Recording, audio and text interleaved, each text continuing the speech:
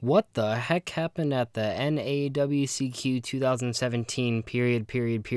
question mark? What the heck happened at the 2017 WCQ spacebar question mark? What the hell happened at the 2017 WCQ question mark exclamation point? Well, folks, I don't fucking know what happened at the WCQ to other people, but I know that I had a great time, and in this video, I wanted to share some of the clips that I recorded over the weekend, and also kind of talk about some of the things that happened that I was really happy about. So the first thing that I wanted to address is that the WCQ was actually really close to where I live. Chicago is only a 3-hour drive, and there's a time change as well, so we really got there 2 hours in 2 hours from when we left instead of 3. So that was helpful. My friend played in some WCQs, and yeah, I always love the WCQ. I always tell everyone that I know, if you can go to it, then go to it, even if you don't have your invite. Most of us go X3 drop anyway, so it doesn't really matter about the main event. Obviously, there's going to be a lot of competitive players that go. And while I would consider myself a competitive player, I in no way thought that I was going to do amazing at the event. But the WCQ was still a lot of fun, and there were some really funny things that happened at this particular one. One of the things that happened is that they had a lot of pre-regging incentives. You might have seen these already, but they gave us the dice for entering, and they also gave us these really cool custom cards that we can use to enter events with instead of having the old generic costly ID, and I think they're called card game IDs now. But yeah, so I did pre-reg. I filled out my deck list ahead of time.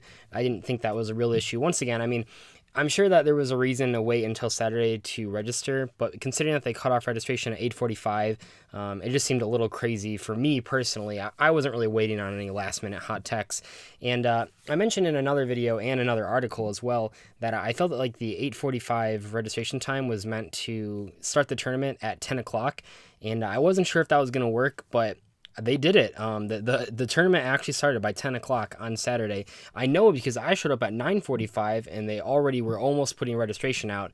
Round 1 pairings out, I should say.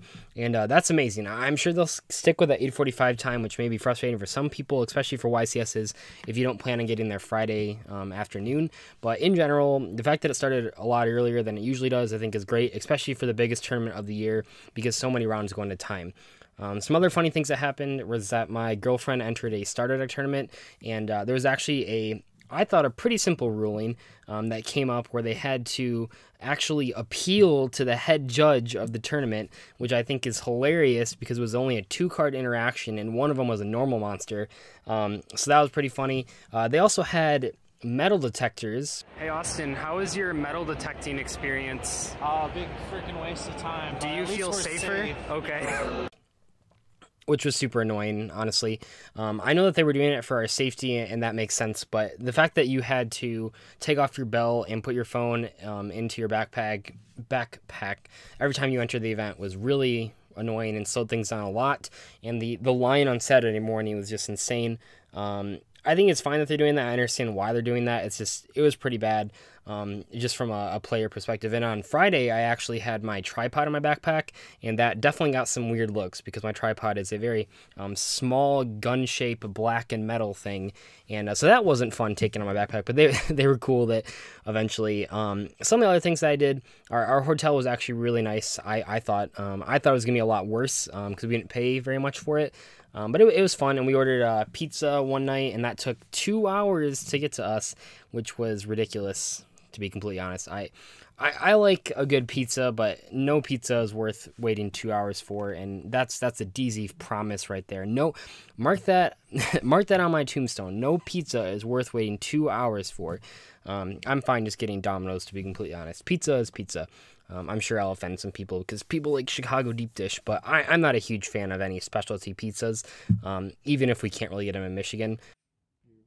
There's Kevin Hart. This is the Kevin Hart special. Oh my god.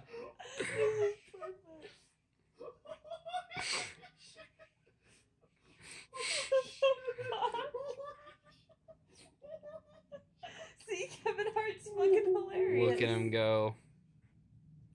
Anyway, though, another thing that we did is that we ordered The night after we ordered pizzas, we bought a whole bunch of Battle Pack 3-packs. Now, I should add the clarification that this was the same day that the Pegasus Challenge was on, so we actually should not have opened the 6 packs that Austin got for going X1 and the Pegasus Challenge, because we ended up almost immediately after that, probably about 30 minutes after we opened those packs, we ended up having to buy some more from the vendor. The vendor gave us a really good deal for 2 reasons. First of all, we were buying 27 packs because there was 3 of us, so that sort of like a bulk price. But more importantly, Battle Pack 3-packs are like impossible to get rid of as a vendor. No one wants them. The only people opening them are going to be drafting, and nobody really likes drafting. I love drafting. I think Battle Pack 3 is one of the most balanced formats in Yu-Gi-Oh! Of all time, honestly. Battle Pack 1 and 2 were straight aids, just because the problem with Battle Pack 1 and 2 was that there were so many garbage cards in there. It was really hard to make a playable deck, and when you were drafting, a lot of times you would just get stuck with like 5 cards, and all of them would be bad, and then it's like, well, what do I pick? But on Battle Pack 3, because of the type change, almost every single card that you get is playable. And, I mean, we all made 40-card decks with those 9 packs, so we all each had 5 extra cards at the end. And so that gave you the opportunity to have 5 cards that you didn't really necessarily want to play. So it gave you a little leeway there. And I felt like when I played the Battle Pack 1 and 2 drafts, what kept happening is I would be struggling to narrow down to like the 5 worst cards in the deck because there were so many bad cards.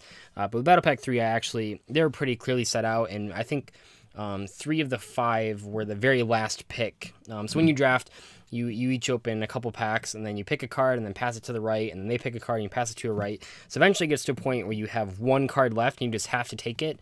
And in all those cases, those cards weren't necessarily unplayable. They were just marginally worse than what I had already.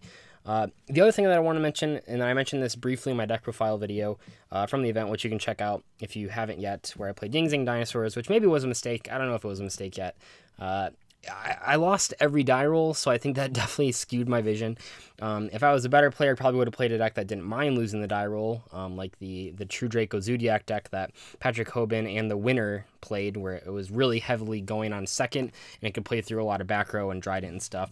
But I'm not that smart, so I just played a deck that wanted to go first, and the games I did go first, I did really well on. It's just I went second a lot. But regardless, I spent some money on Friday. I spent money on Ash Blossoms, and I don't regret that necessarily. I don't regret spending the money on Zodiacs. I don't regret spending the money on Diagrams. For me, I haven't spent a lot of money on Yu-Gi-Oh! This past season. I spent $200 on a playset of Pot of Desires way back when that first came out, and then I basically didn't spend any money up until this last month, so I didn't mind splurging a little for the main event. I would hate to lose a game because I didn't have the best possible cards to my or I don't know what I'm trying to say here. I'd hate to lose a match because I didn't spend the money on a slightly better card than I had. The one place where I didn't spend the money to get the better version was I played MSTs instead of Cosmic Cyclones. I didn't think that would be a huge difference. Obviously, if I was going up into the final rounds of the tournament, it would have been a really big difference because so many people were playing Dracos. But I figured for how I saw myself doing, I wouldn't need Cosmic Cyclones. And afterwards, I'm very glad that I didn't actually buy Cosmic Cyclones. That was very good. Another event that I entered was the 3v3. I love the 3v3. It might actually be my favorite public event of all time. It's my favorite. It's what I look forward to most at the WCQs because it's so cool because it's like you're playing, I mean, whenever you're playing at a regional and you get to sit next to your friend, that's like really cool. You're both sort of there supporting each other. You can check out how your games are going. And the 3v3 is like that, but every round in for 2 of your best friends. And I think that's really cool. I think that the design of it is really well. I like seeing teams that all play the same deck and teams that play each totally different decks, like in my case. And I don't know, if you have a couple friends and you're at the WCQ on Sunday, definitely enter the 3v3. It's so much fun. The prizes are really unique too. The uncut sheets are pretty interesting. And yeah, I love the 3v3. That's what I'm trying to say. Last thing I want to mention is that this is like the most popular that I've been at an event, really. My YouTube has been really picking up, and I'm sure a lot of you know that. Although I also have to consider that a third of you pretty much are new. You haven't known me for that long.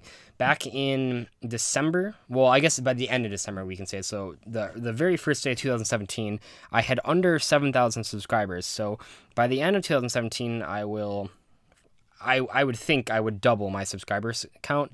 That would only take hitting like 14,000, which I think I'll easily do probably before 2017 ends. And that's exciting. The channel's really picking up, and you know, my views are off the charts. You can look on that Team Social Blade. No, but you can look at socialblade.com. I don't know if you know what that is. And you can kind of compare me to the YouTubers that are either at my level or even higher than my level. And I'm gaining sub counts at about the same rate as most people, if not way higher. And my views are crazy right now. Maybe that's because I'm uploading daily. But even if you compare me to other YouTubers, that especially the ones that are my size that are uploading daily, they just really can't come close to the views I'm getting, which I don't take for granted. I know that you can't be popular forever, and I'm really just trying to ride this wave of success, and I really do put effort into my videos. Maybe people don't think I do, and I know a lot of people complain that I make every video over 10 minutes. If you don't know, by making a video over 10 minutes, you get, well, it depends on how many ads you put on the video, but you can get anywhere from 2.5 up to like 6 times as much ad revenue off of a video. I usually stay at like the 3 times ad revenue because I don't want to give you guys too many ads. I know John has put like 7 ads on some market watches, which can be, so when you put ads in videos, not everyone is going to see them, but there's always going to be 1 or 2 people that see all of them. So if I put like 8 ads on every video, there'd be like 2 people that would just have like the worst video watching experience ever. So I try not to do that. I don't really see how it's a complaint though that I talk for more than 10 minutes, even if I am doing it on purpose, just because it's free. You don't have to watch till 10 minutes, and I do try to make it interesting through that. And a lot of times I talk, like in this video, I guess, I just kind of ramble on past 11 and 12 minutes. Like, I'm not just going to shorten every video to make myself lose a ton of money. I don't know what to tell you. But yeah, I think that's pretty much everything I want to cover in this video. I just want to give you guys an update of what happened.